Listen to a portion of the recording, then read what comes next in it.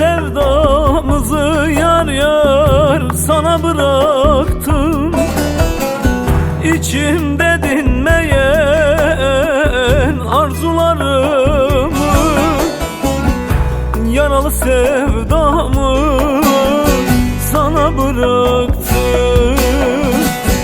İçimde dinmeyen acılarımı, hasreti sevdayı sana bıraktım. Dağlara yanarım ben bu derdimi, taşlara çalarım deli gönlümü.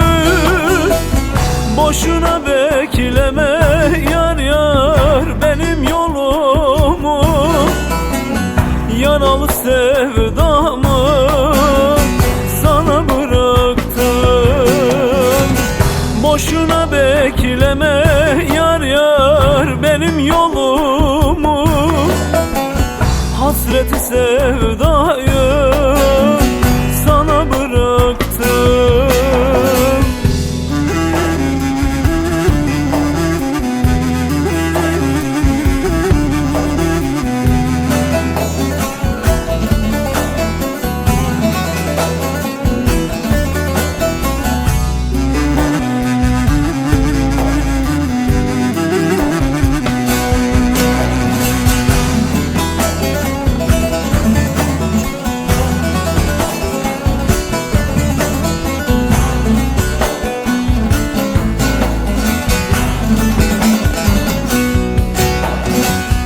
Elinden bir tas su olsa da içmem, yolları bezetsen gelip de geçmem.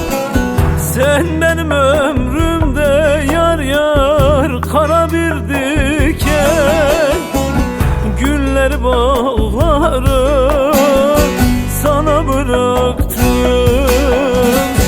Sen benim ömrümde yar yar kara bir diken, gülleri bağları sana bıraktım.